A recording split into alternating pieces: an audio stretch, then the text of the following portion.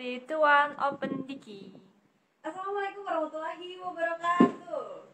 Waalaikumsalam warahmatullahi wabarakatuh. Halo sahabat Karta.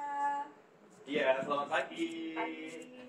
Nah, sebelumnya kita mengucapkan selamat ulang tahun nih Benar. untuk Ketua Karang Taruna Kota Metro. Ada Kak Welly ya. Oke. Ulang tahun ke 40 tahun.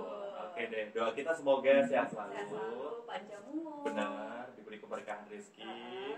Terus apa lagi ya? Makin bermanfaat untuk orang banyak, terutama untuk para pemuda nih. Betul. Oke deh. Dan mungkin hari ini ada acara khusus ya. Ini kita Beliau sama keluarga. Nih, kita kedatangan tamu nih teman-teman.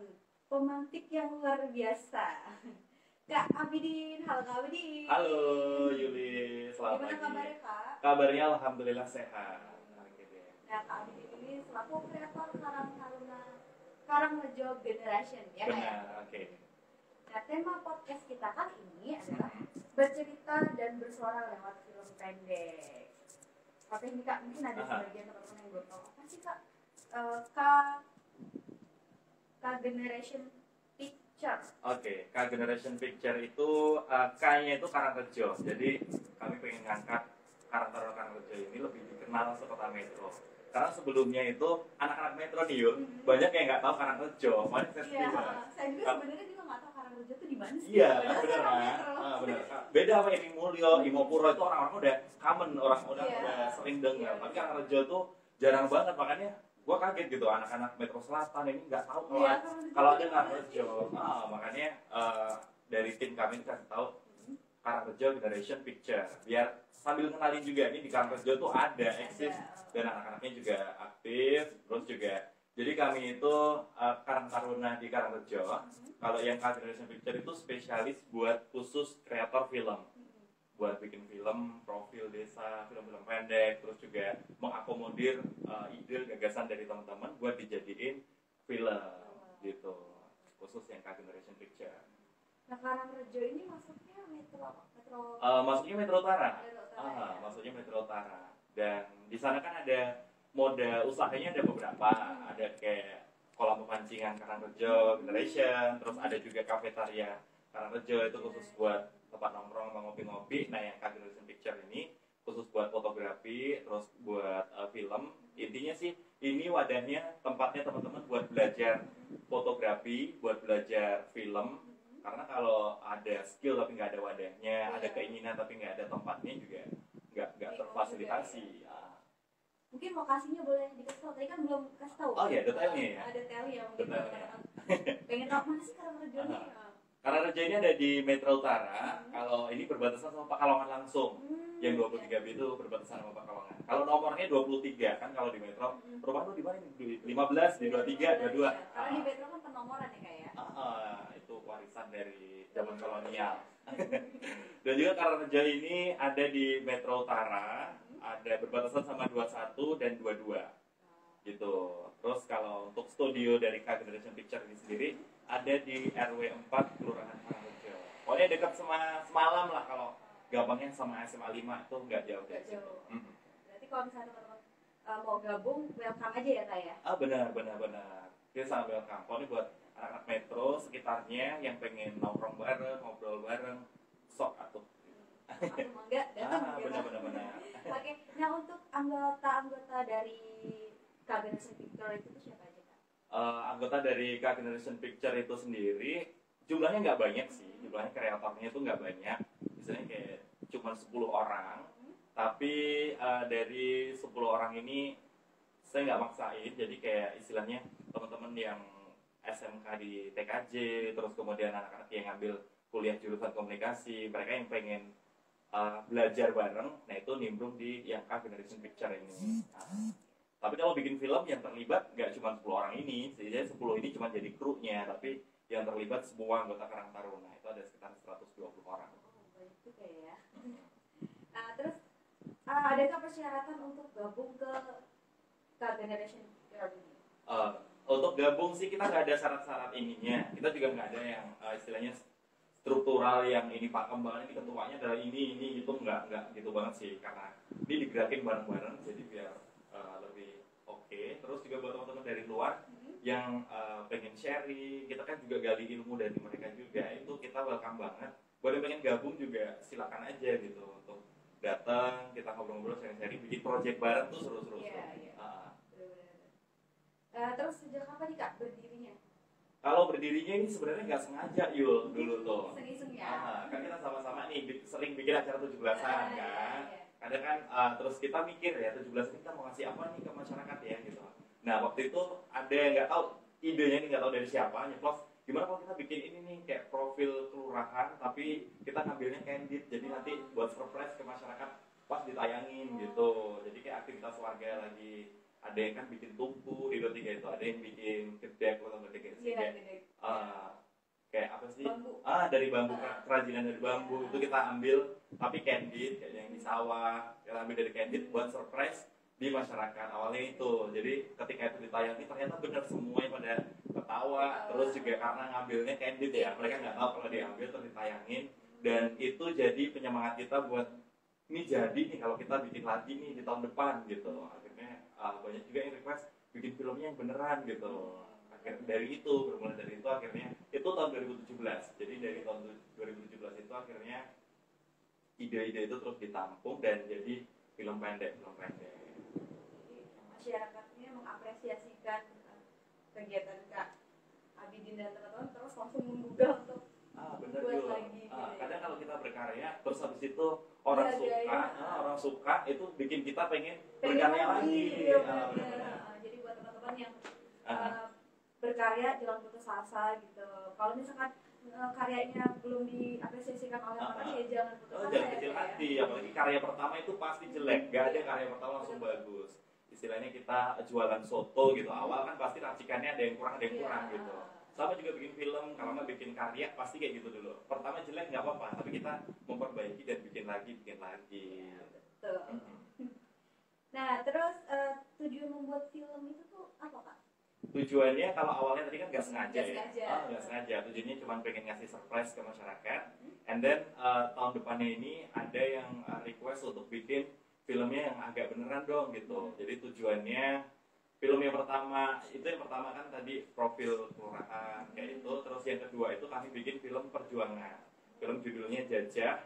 Itu kami ada maksud yang pengen kami sampaikan. Jadi di era sekarang itu ini orang-orang di Karangreja ya, terutama di Karangreja itu kesadarannya buat istilahnya ikut memiliki rasa nasionalismenya itu kurang. Bahkan disuruh masang umbul-umbul pas 17-an, itu kadang ada yang nggak masang, banyak yang cuek. Iya benar-benar. Terus ada acara 17-an bukannya gabung ikut ngeramein, kadang mereka lebih di rumah aja deh nonton TV gitu kan. Nah, kurang jiwa nasionalis. Benar.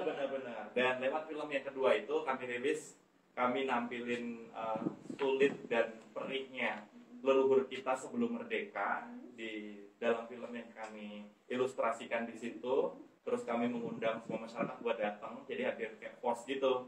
Jadi kami kasih undangan ke masyarakat semua. Habis itu kami keliling pakai toa, pakai motor gitu untuk datang. Jadi mereka tuh beneran yang penasaran buat nonton. Akhirnya film itu bisa tersampaikan. Jadi di film itu kami gambarkan bahwa perih banget leluhur kita itu buat ngedapetin merdeka. Itu perih banget. Jadi kalaupun sekarang kita cuman diminta untuk pasang umbul-umbul, untuk hadir ke acara-acara yang memupuk nasionalisme, giring anak-anak kita untuk berkreasi, itu harus banget nimbrung karena itu ringan banget kalau dibandingin sama leluhur kita yang dulu harus berjuang gitu. Karena dari orang tua dulu ya kayak baru anak-anak mengikuti apa yang dilakukan oleh orang tua. Jadi orang tua juga harus memiliki jiwa nasionalisme dari dalam. Jadi tujuan yang pertama itu buat ngasih pesan moral. Terus tujuan yang kedua, saya ini pengen banget memfasilitasi anak-anak muda biar bakat sama minat mereka itu ada tempatnya gitu. Karena sebenarnya banyak banget mereka itu yang punya ide cerita yang bagus-bagus, tapi nggak tahu mau kemana. Di mana gitu. Di cerpen enggak, di novel enggak, di film juga enggak. Jadi sayang banget tuh kayak potensi kayak gitu. Terus kamera itu juga di desa itu pasti banyak ya. Kalau kita data itu mungkin di satu RW ada yang punya 5 kamera, tapi kamera itu cuma ditidurin di kamar aja, nggak dimanfaatin untuk bikin sesuatu karya. Dan ini Karya dari Seni ini tujuannya buat itu, jadi biar anak-anak taruna ini aktif buat berkarya terus. Dan juga senangnya kalau film itu karyanya terabadikan. Jadi istilahnya nanti kalau kita tua itu ada ada bekasnya yang bisa kita ceritain gitu loh.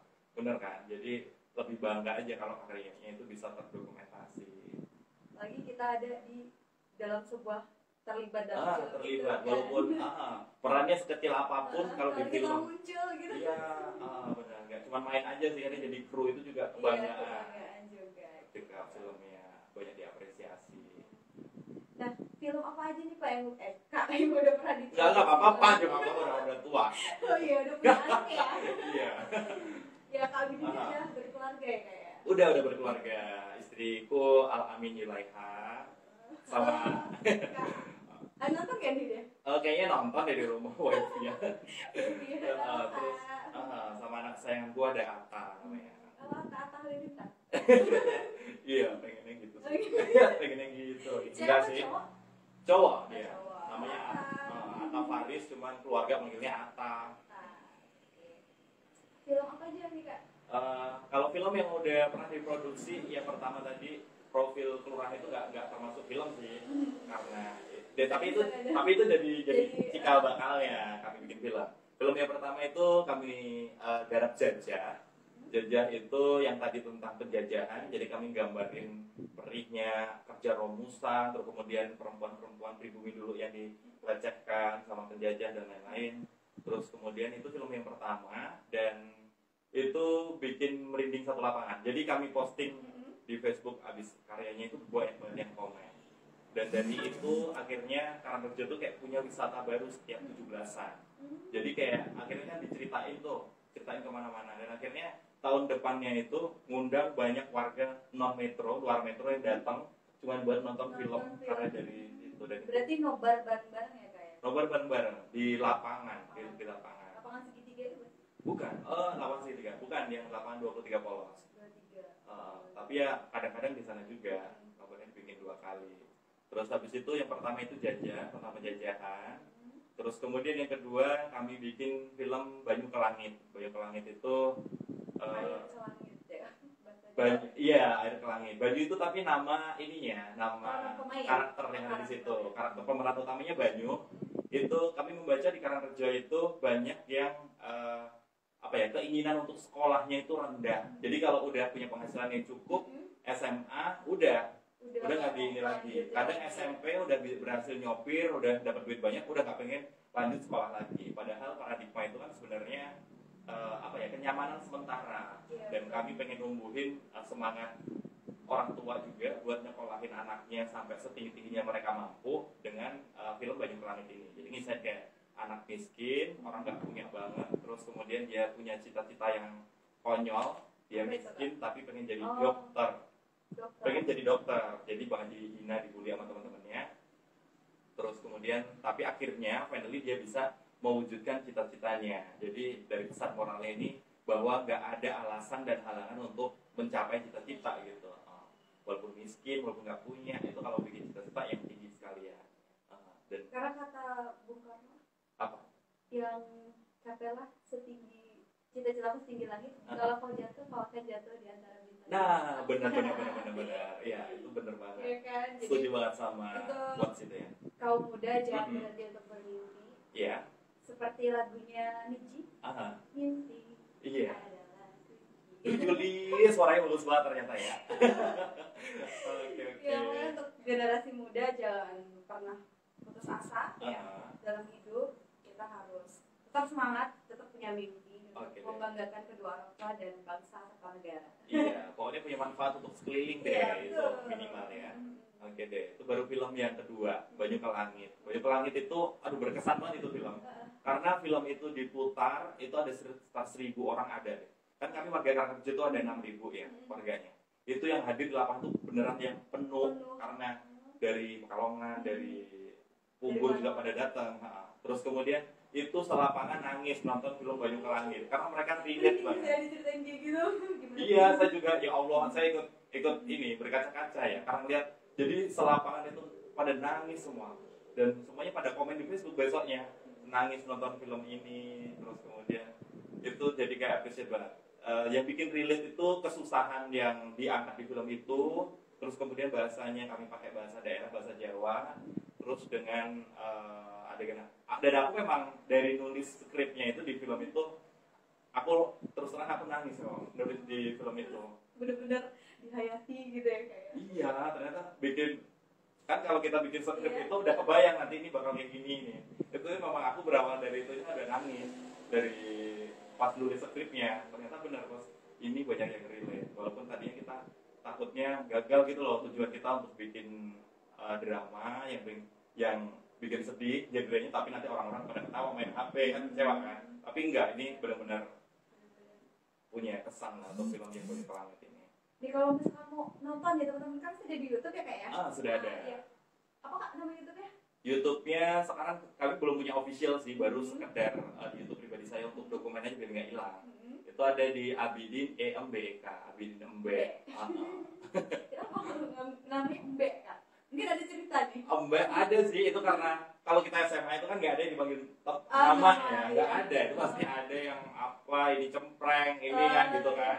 Nah kebetulan saya itu dapat, dia itu dipanggilnya Embe, jadi dari SMA dan apa ya udah kadung teman-teman SMA dan sama teman-teman kuliah manggil pakai Embe, jadi ya udah. Jadi ciri khas ya kak ya. Aku pun tak pakai Embe. Orang yang kayaknya saya bisnis kambing, jual beli kambing. Jual beli kambing ya maksudnya. Iya Embe gitu. Tapi nggak tahu kalau jadi. Buat teman-teman yang mau lihat film Banyu ke Langit gitu, Bisa, sebuah film yang luar biasa ya kak ya, ini sampai ditonton oleh banyak orang di lapangan ya. Iya.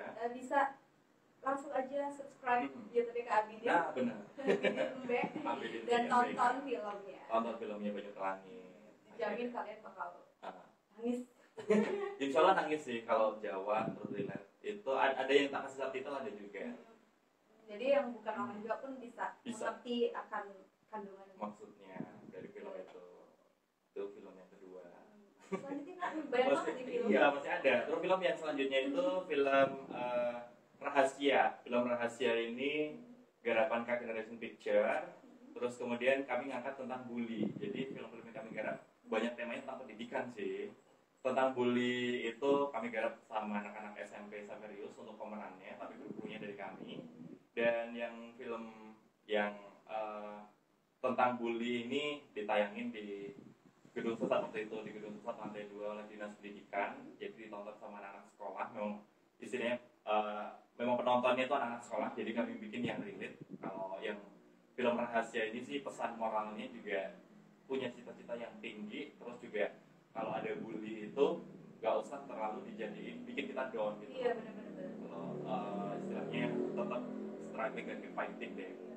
Tapi ngomong-ngomong bully ya, ini sampai suatu yang bermasalah ya di lingkungan sekolah. Iya benar-benar fenomena yang nggak bisa Sampai ada dihindari. orang meninggal bunuh diri gara-gara bully itu. Iya banyak dan mungkin kita ngatain orang kita lupa abis ngatain ya, tapi orang yang habis dikatain yang itu guys, itu kan ya. itu lukanya bisa sampai lulus sekolah tetap ke bawah loh. Iya. Kamu pernah ngalamin bully nggak sih, Yul? Pernah ya, kayak waktu SMP. Pernah deh kayaknya. Soalnya bully itu nggak cuma kepada mereka yang lemah ya, guys. Paling cantik dapat bully, paling pinter dibully juga. Terus kadang nggak ditemenin karena paling pinter tuh banyak juga. Jadi istilahnya nggak melulu, oh ini yang jelek banget nih yang pasti dibully nih gitu. Enggak. Ada yang gitu. Terlalu cantik dibully, terlalu ganteng juga dibully, terlalu kaya juga dia padahal nggak salah apa-apa. Karena Ada memang gitu. bully itu orang-orang yang iri ya nggak sih? Iri dan rasa insecure kali ya, insecure. sama keadaannya. Iya. Jadi cara untuk bikin mereka down dengan membuli, padahal itu, aduh itu buruk banget. Tapi emang ini sering terjadi di lingkungan sekolah. Oke deh, bareng-bareng kita perangi bully, pokoknya lindungi dan bela mereka yang dibully ya guys.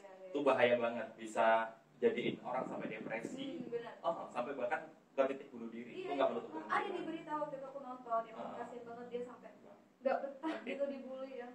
Buat teman-teman yang masih sekolah nih nggak boleh dibully. Nggak boleh ada yang bully, lindungi. Kalau ada temennya yang bully, dibelain dan dilindungi ya. Oke deh. Dan nonton juga filmnya Kak Abidin. Nah iya. Pokoknya semuanya ada di situ deh. Yang ini tentang rahasia ya. Iya tentang rahasia. Judulnya rahasia, itu tentang bully. Oke. Itu film yang ketiga. Film yang ketiga. Terus kemudian yang berikutnya tahun 2019 itu kami bikin film Special 4.0. Ini jadi ada kisahnya sih. Waktu itu ada kegiatan yang berawal dari kegiatan ngajarin, aku kan pendidik juga. guru-guru tuh di workshop untuk menjadi tenaga pendidik siswa inklusif atau siswa yang ABK berkebutuhan khusus. Jadi kami dikasih bekal untuk mendidik mereka. Jadi sewaktu-waktu kalau sekolah itu ada di TTP anak yang berkebutuhan khusus, kita udah bisa terima. Karena di Metro ini semua sekolah nih guys itu sudah inklusif, sudah boleh mendaftarkan siswa berkebutuhan khusus. Tapi sekarang tuh nggak banyak yang tahu kalau istilahnya ada siswa yang mungkin tunarungu atau tunanetra di sekolah biasa. Kadang orang masih kaget, loh ini kan harusnya di SLB. Padahal di Metro semua sekolah harusnya sudah bisa menerima itu, gak boleh menolak, semuanya harus boleh. Mau dia mungkin Down syndrome atau idiot dan lain-lain, itu semuanya punya hak untuk bersekolah, terutama di Metro ya. Semua sekolah boleh menerima, tapi masih banyak masyarakat yang belum tahu. Ini kan ini anak berkebutuhan khusus harusnya di SLB dong, bukan di sini.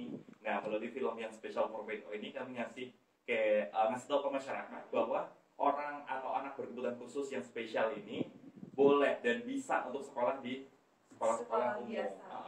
Dan di situ saya jadi dapat praktek ngajar di SLB, jadi dikenalin sama mereka, dan itu benar-benar yang kita udah deh, guru-guru SLB itu luar biasa banget, keren banget, karena mereka ngajar anak-anak yang dengan sabar itu 10 kali dari guru-guru biasa sabarnya itu. Dan di situ jadi cerita di Special 4.0 ini oleh saya dari situ saya tulis dalam bentuk cerita fiksi. Dan di film ini misahin seorang anak yang SLB, tapi dia tinggal di sekolah. Kamu bayang nggak? Di sini sekolah, dia tinggal di sebelahnya, tapi dia nggak boleh sekolah di sini lantaran istilahnya dia Down syndrome atau agak autis.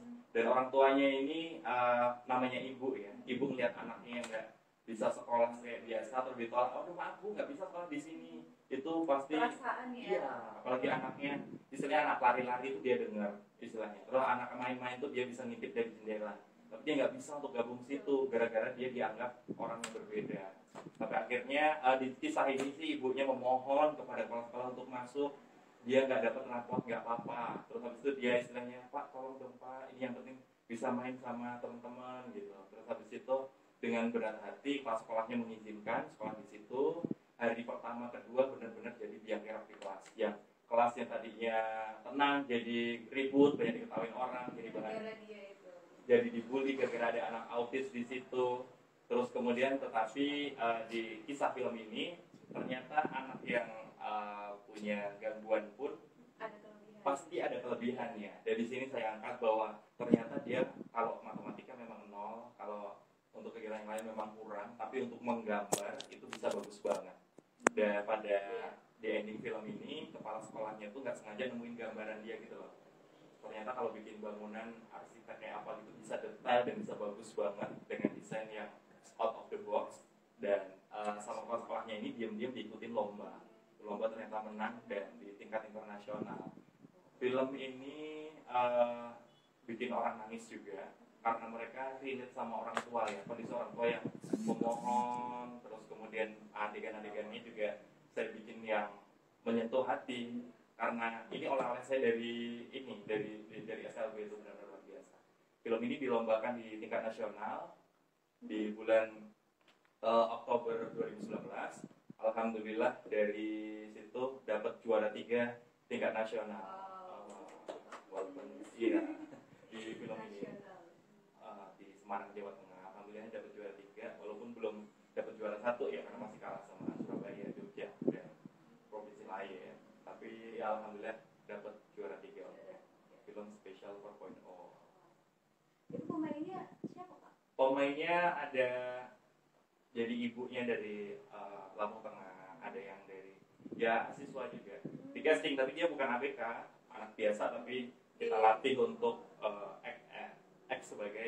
acting sebagai anak yang autis.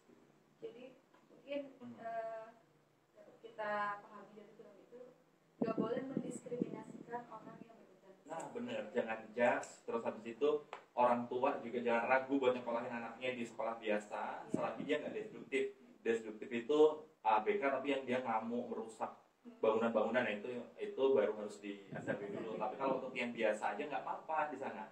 Mungkin pelajaran yang didapat dari anak ini Yul, bukan menuntut dia untuk dapat nilai matematika 10, bukan biar dia biologinya nilainya imbang matematika, bukan. Biar dia itu belajar untuk sosialisasi sama temennya. Dia belajar, terus siswa-siswa di sekeliling itu juga belajar dari dia bahwa ada orang yang berbeda, tapi harus kita sayangi juga. Karena mereka juga punya hati, istilahnya gitu. Dan kita juga nggak boleh ngebully orang kalau misalnya dia kurang. Benar. Karena memang kalau orang kurang itu pasti ada kelebihan. Ada kelebihannya. Kita juga sebenarnya kan banyak kekurangan kan. Tapi ada Ya. kelebihan yang kita miliki. Mereka itu benar-benar spesial, luar biasa anak-anak yang seperti itu.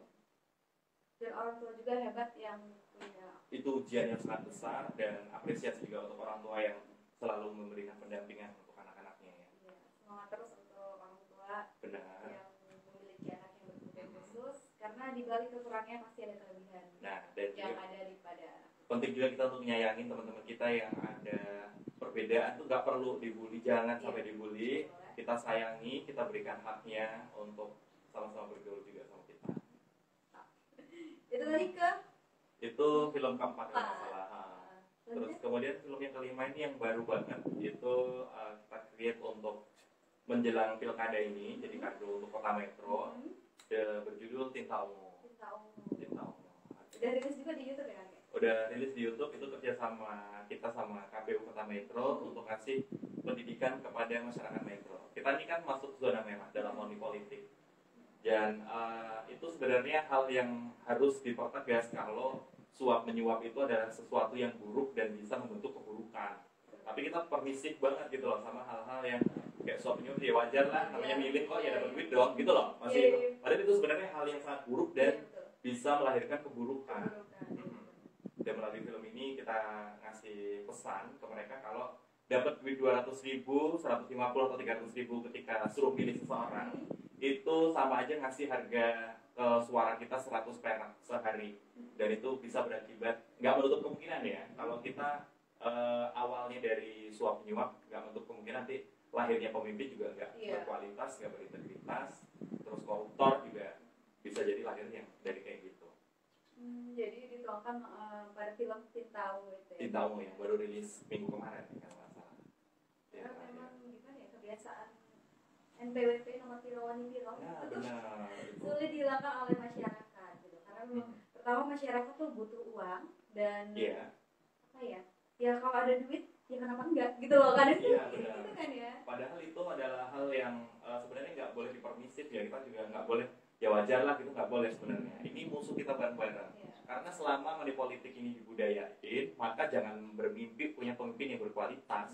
Itu kayak gitu. Jadi kalau kita udah terima 100-200 di awal, maka nanti kalau rumah kita kebanjiran, terus habis itu kita nggak bisa nuntut apa-apa.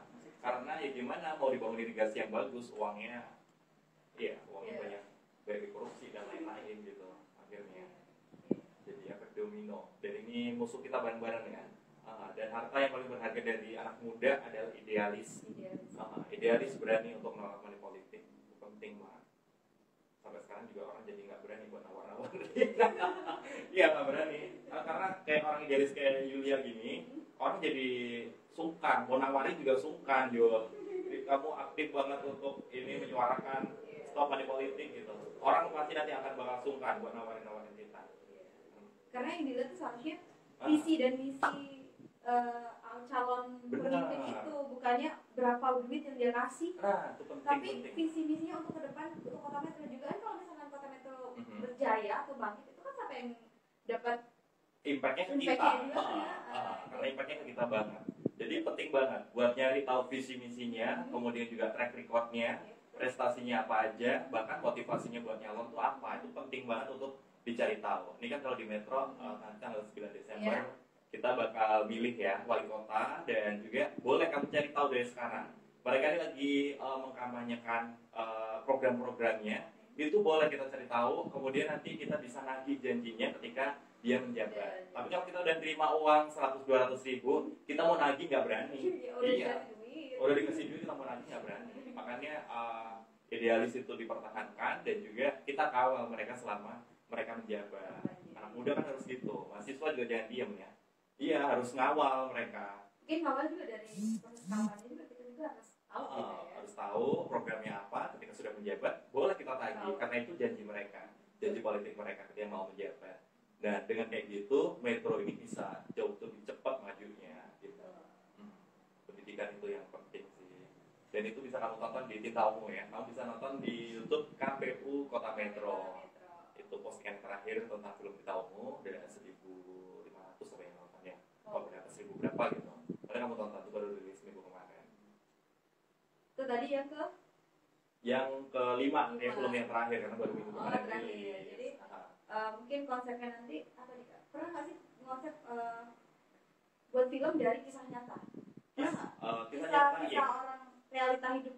Baju ke Langit itu kami angkat dari kisah nyata. Jadi ada di Karangreja itu anak SD, kemudian dia jualan jagung keliling untuk biaya sekolah. Sekarang juga masih ada. Kalau dengar anak yang gimana ya bekerja di umuran segitu tuh nawar-nawarin jagung gitu loh. jagung naik sepeda, makanya itu touching banget kan anak SD beneran untuk biaya sekolah. Nah, berawal dari situ kami angkat jadi film Bayu ke Langit itu, dan di endingnya walaupun dia sekarang masih kecil, tapi di endingnya kami bikin dia menjadi dokter dan jangan takut buat itu. Nah, anaknya luar biasa sekali. Setiap tahun kan kami ada bakti sosial, terus kami sempetin untuk mampir ke rumah dia. Itu kayak inspirasi juga, ini anak keren banget gitu, masih kecil bantu orang tuanya jualan jagung. Itu yang dari kisah nyata ya. Kalau yang Special 4.0 sebenarnya kisah nyata juga, yang dekat sama sekolah tapi nggak boleh sekolah. Itu ada orang tua yang anaknya berkebutuhan khusus, kemudian mendaftarkan anaknya di sekolah biasa karena anaknya saking pengen sekolah, tapi ditolak. Nggak bisa, nggak bapak cacat, anak bapak harus biasa lebih. Dan luka itu yang kami angkat di film Special 4.0. Kalau yang Tinta Ungu ini dari fiksi, tapi penulisannya cukup lama. Itu saya dari tahun 2019, saya nulis skripnya dan baru digarap kemarin itu. Jadi lama, ada 12 orang kami iuran ide untuk bikin naskahnya. Bikin naskah itu yang titik yang paling krusial dalam pembuatan film, memang bikin naskah. Jadi penentu bagus enggaknya kan di naskah nih. Jadi istilahnya naskahnya itu bisa jadi lama pembuatannya. Termasuk yang Tinta Ungu ini, jadi hampir setahun penyempurnaan naskah. Udah jadi cerita, tapi dialognya kita nggak bisa bikinnya, jadi harus konsul sama teman-teman yang pegiat nulis, biar dialognya itu setiap kata yang diucap itu punya makna, biar punya apa ya istilahnya, punya sumbangsi cerita gitu. Jadi nggak asal ini ngomong itu enggak. Jadi ada nanti di ending, pantesan tadi di awal ngomong ini ternyata begini gitu, ada relate-nya gitu. Keren sih, tapi pengalaman banget sih kemarin itu yang film Tinta Ungu ini di kerja sama KPU. Jadi yang proyek terakhir ini juga cukup berkesan di launching, terus kemudian juga banyak apresiasi dari masyarakat juga di komen-komennya. Terus juga filmnya cukup menantang karena itu harus netral banget ya, pemerannya harus netral, kemudian juga dialog-dialognya harus netral. Jadi hati-hati banget, dan juga takut salah gitu. Iya benar, proses revisinya juga cukup rumit, tapi bisa kita lakuin. Dan keren sih. Terus Kak nih, kalau buat film-film pendek itu susah atau gampang sih Kak? Buat film pendek itu sebenarnya susah gampangnya tergantung sama keniatan kita. Kalau kita niat banget, istilahnya punya semangatnya itu nggak luntur-luntur ya, punya semangatnya yang oke, itu gampang banget bikin film pendek. Film pendek itu nggak lama guys, jadi cuma 5-10 menit gitu. Tapi ada pesan yang itu bisa ngena dan stick di mind para penonton gitu. Jadi mereka tuh keinget dialog ini. Nah itu namanya kita berhasil buat naruh itu ke mereka sampai terngiang-ngiang gitu loh yang nonton. Tapi kalau yang nonton itu mainan HP, itu berarti film yang kita sajikan itu ada di titik jenuh, yang nggak relate sama mereka gitu. Tapi alhamdulillah sih pas nobar pas ini gitu, saya nggak pernah nonton filmnya kalau nobar. Saya nonton react dari penontonnya. Kalau kreator tuh biasanya gitu. Jadi kalau film kita lagi ditayangin itu kita nggak nonton lagi filmnya. Kita lihat orang-orang yang nonton. Iya, reactnya gimana gitu. Iya asli itu ada yang ini ada terharu, ada apa ya, itu kayak ini buat kita, kado buat kita sendiri. Prosesnya ya gampang, walaupun stepnya agak panjang. Jadi step-stepnya itu Yul. Yang pertama kita tulis skripnya dulu. Tulis skrip. Pasti Yulia kan ada kan bayangan yang ini ketemu sama ini gitu, romantis atau apa gitu. Tulis skrip dulu. Kalau udah nulis skrip, baru yang kedua casting. Casting itu nggak kayak di TV beneran sih. Kalau TV beneran kan yang daftar banyak. Ayo dicoba dulu nih, ini enggak. Kita nyobanya ke kita cari karakternya yang cocok siapa ya. Kalau udah cocok langsung kita ajak ngobrol, Pak saya pengen bikin film ini nih, gimana mau nggak terlibat gitu. Kalau udah casting pemerannya udah dapet, pemeran itu butuh fisiknya yang mendukung. Jangan sampai kita untuk peran orang tua diperanin anak-anak, yang itu anak-anaknya dandannya juga ya masih anak-anak gitu loh. Nah yang kayak gitu bisanya mentahin cerita, jadi orang yang nonton jadi nggak ngena gitu. Kadang kayak gitu maksain karakter. Maksain karakter. Ini untuk karakter yang orang kaya diperaninya kecil banget, dan jadinya nggak nyampe gitu kadang. Nah terus habis nulis naskah, casting, nah habis casting kemudian ada reading. Reading ini para pemerannya udah dikumpulin, ayo coba dong ini baca dialognya gitu.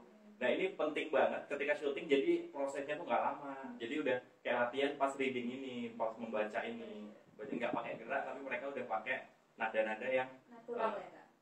Nada-nada yang nanti dibutuhin. Jadi sutradara itu udah ngarahin dari situ. Kalau udah reading, kemudian proses yang main prosesnya atau proses intinya itu adalah syuting.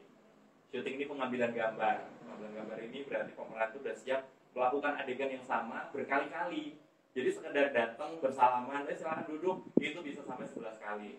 Karena yang pertama mungkin salah, nggak tepat. Kemudian juga kita ngambil dari angle yang berbeda.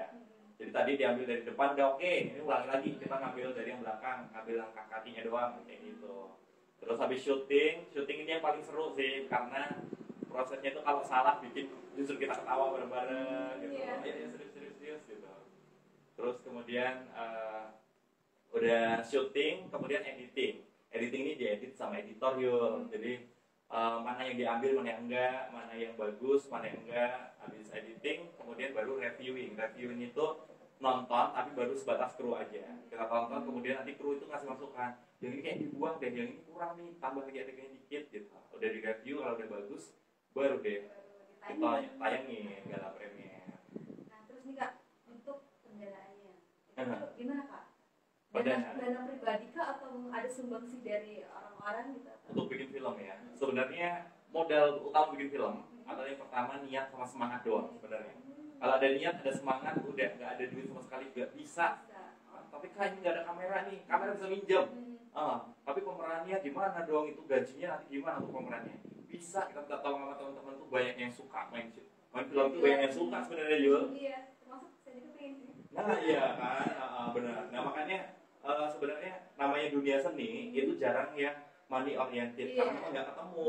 Kayak seni tari, nyanyi itu kalau disuruh untuk nyanyi, nanti tolong untuk tampil nyanyi gitu. Duitnya berapa nih? Enggak, jarang. Anak seni biasanya. Anak seni itu mereka itu suka berkarya, itu udah kegembiraan tersendiri. Nah, kalau ngomongin dana itu menyusul. Memang itu kadang berpengaruh sama kualitas film.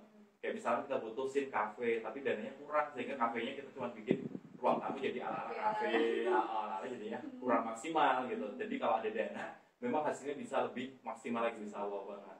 Terus habis itu kalau dana itu teman-teman bisa dari itu ya, nyari siasat, bisa disiasati dengan gimana budgetnya. Pokoknya kalau bisa minjem, selagi bisa minjem, selagi bisa minta tolong.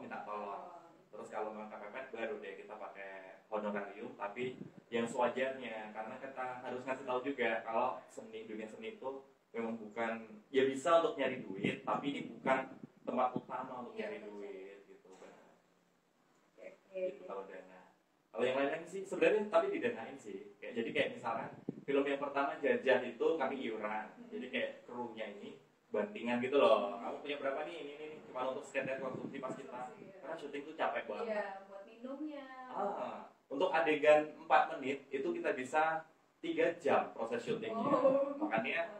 Makanya krunya ini pasti capek banget, harus dan untuk konsumsi karena cuma untuk itu aja. Terus habis itu film yang kedua itu kami sudah ada disponsorin sama teman-teman lokal gitu. Jadi kayak apresiasi dari toko bangunan ini, mereka dukung, suka gitu loh. Nah itu yang sedikit-sedikit itu bisa kita jadiin sekedar, yang penting operasionalnya lancar selama syuting gitu. Kalau film yang ketiga, keempat itu film yang rahasia sama Special 4.0 itu kami dibiayai sama Kementerian Kebudayaan, jadi kayak kerjasama gitu. Terus habis itu yang terakhir kemarin ya dibantu sama KPU Kota Metro gitu untuk produksinya. Tapi bangga sih, sebenarnya karya kita akhirnya bisa terbentuk atau berhasil dibikin, itu udah kebanggaan kebanggaan tersendiri. Jadi bukan uang itu istilahnya tahu deh nomor berapa gitu. Yang paling penting karya kita. Karya dulu. Muda harus berani berkarya. Nah, itu muda harus berani berkarya. Berani itu loh. Iya, beraninya itu. Kadang tuh pemuda tuh lebih asik rebahan aja deh, gitu loh. Iya, daripada berkarya udah rebahan aja. Ngapain repot-repot gitu ya? Terus TikTok itu sebenarnya juga karya juga ya kak ya? Itu karya juga. Wadah untuk karya sebenarnya. Benar. Karena ada yang ngebully apa sih TikTok gini-gini ya mungkin Iya. ada sebagian yang membuat TikTok itu sebagai bahan yang negatif kan ada juga sih ya. Kan ada yang dari sisi positif juga kan ada. Benar-benar. Dan ini jadi di era milenial ini medsos itu adalah aset, masuk ke dalam aset diri. Dan kalau dulu itu istilah medsos cuma dia untuk sekedar curhat, dan sekarang itu medsos bisa jadiin mata pencaharian, bahkan dengan penghasilan yang jauh lebih tinggi daripada kamu punya usaha. Banyak sekarang yang berawal dari medsos, YouTuber, selebgram, itu penghasilannya bisa sampai ratusan juta loh. Kayak Anu itu hampir 1 miliar sebulan, dan itu dari medsos, dari Instagram. Makanya bukan digaji dari Instagram ya, maksudnya dari endorse kerjasama dari Instagram, termasuk TikTok itu kalau di luar negeri kan sudah berbayar ya. Dan kamu nggak butuh kemungkinan bangun aset itu bagus banget. Bahkan ada nih kemarin yang jadi viral itu gara-gara ada namanya Universitas Muhammadiyah Malang. Itu universitas keren banget di Malang. Masuknya itu sulit banget. Bahkan setiap tahun itu ada yang kayak ketangkep pakai joki gitu loh. Karena saking sulitnya buat masuk, harus pakai orang pinter yang ala-ala menjahit, tapi akhirnya ketangkap sih. Nah, yang tahun ini kemarin itu jadi viral gara-gara dia merekrut mahasiswa hanya dengan melihat follower dan subscribernya aja dari jalur influencer. Mereka kaget nggak? Mereka yang jenius tadi yang mengabaikan medsos segala macam, ternyata ada nih yang nyelonong masuk ke universitas itu dengan jalur followernya gede atau Instagramnya ininya feedbacknya gede gitu. Itu sekarang tuh, makanya nggak betul kemungkinan, dan itu kampus-kampus masa depan bisa jadi kayak gitu. Banyak sekarang yang direkrut kerja dilihat dari ininya Instagram dan ininya. Tapi jangan salah untuk menyalahgunakan sosial media. Kadang itu banyak sih yang menyalahkan sosial media, menyalahgunakan gitu menjadi konten yang negatif. Jadi harus bijak juga menggunakan sosial media. Bijak banget, harus banget. Pokoknya kita saring dulu sebelum di sharing, itu harus kita saring dulu. Ya dulu. Ini menyinggung positif nggak? Ini konten kita nih ada sisi negatifnya nggak, kita juga harus menyaring ya kak ya. Oke deh. Pastikan punya manfaat untuk orang lain. Selagi itu punya manfaat, sebarkan. Tapi harus dicek juga bener apa enggak. Kalau enggak yang penting jangan merugikan orang lain. Nah, itu penting banget itu ya. Oke deh. Nah, terus dari beberapa film, nah genre yang paling Kak Abidin suka nih genre yang seperti apa? Kalau sejauh ini yang drama sih, yang drama itu karena jadi ada kayak kepuasan tersendiri ketika kita menyajikan drama, kemudian orang yang menonton itu terbawa ke film yang kita sajikan, kayak Special 4.0, terus kemudian Banyu Langit, itu banyak penonton yang terbawa masuk ke dalam cerita, sehingga jadi kalau kita kasih efek ini, dia merindingnya tuh penontonnya dapet, sedihnya mereka dapet. Nah, aku yang paling suka sekarang ke drama, walaupun ada anak-anak yang ke depan itu pengen yang film-film genre lain, kayak komedi, kayak gitu. Tapi aku sekarang sih lebih ke drama sukanya. Nah, oke Kak, pertanyaan terakhir nih. Oke. Buat teman-teman Kota Metro yang ingin gabung nih, gimana caranya? Termasuk saya juga nih, pengen gabung nih sebenarnya. Pengen gabung ya. Gimana caranya nih Kak? Oke deh, kalau lebih tepatnya lebih ke belajar bareng sih. Belajar bareng itu kami sangat welcome nih buat teman-teman. Studionya ada di tadi RW 4, dan juga kami sering karena di Karangreja kan sering bikin event juga ya, bikin event. Walaupun sekarang lagi di tengah pandemi, bikin eventnya juga rada sering. Jadi selagi kita sering nongkrong itu teman-teman bebas banget buat nongkrong bareng. Anak-anaknya juga welcome, saya sukanya itu. Jadi nggak dibeda-bedain gitu loh. Jadi ketika saya bawa teman dari luar gitu langsung disambut baik, diajak ngobrol. Jadi kadang berawal dari nongkrong bareng ini teman-teman ya, itu bisa menghasilkan banyak karya, banyak ide itu dari nongkrong bareng aja dulu gitu. Nah, mungkin ada Instagramnya? Instagramnya ada, Karangreja itu Instagramnya ada di Karangreja Generation. Generation ya. Yang pengen langsung aja DM ya mungkin ya? DM. Boleh DM, bisa banget. Atau mungkin hubungi nomor Kak Abidin? Oke, bisa juga ke WhatsApp saya. Buat tanya di 0852 1240 9858. Ayo kita belajar bareng, terbuka. Kita sebenarnya lagi belajar juga, lagi belajar. Jadi makanya kita bisa belajar bareng-bareng. Oke, itu tadi tema podcast kita tentang bercerita dan bersuara lewat film pendek. Iya. Semoga apa yang kita bincangkan kali ini ya kayak bermanfaat bagi kita dan buat teman-teman lainnya. Dan ayo yang mau gabung silahkan sangat welcome banget ya kayak ya. Benar. Jadi mari bergabung, jangan suka-suka, jangan malu-malu. Mari kita berkarya bersama-sama. Kita benar-benar saling menguatkan dan terus berkarya ya. Dan podcast kita kali ini disponsori oleh BJNT. Terima kasih BJNT yang sudah mensponsori kegiatan kita kali ini. Oke deh. Jadi ini juga ada bingkisan untuk Kak Adi. Wah, thank you. Oke deh, makasih. Terima kasih ya Kak sudah meluangkan waktunya datang kemari ke podcast kita Karang Taruna. Oke. Dan kita akhiri dengan ucap alhamdulillah. Alhamdulillah. Wassalamualaikum warahmatullahi wabarakatuh.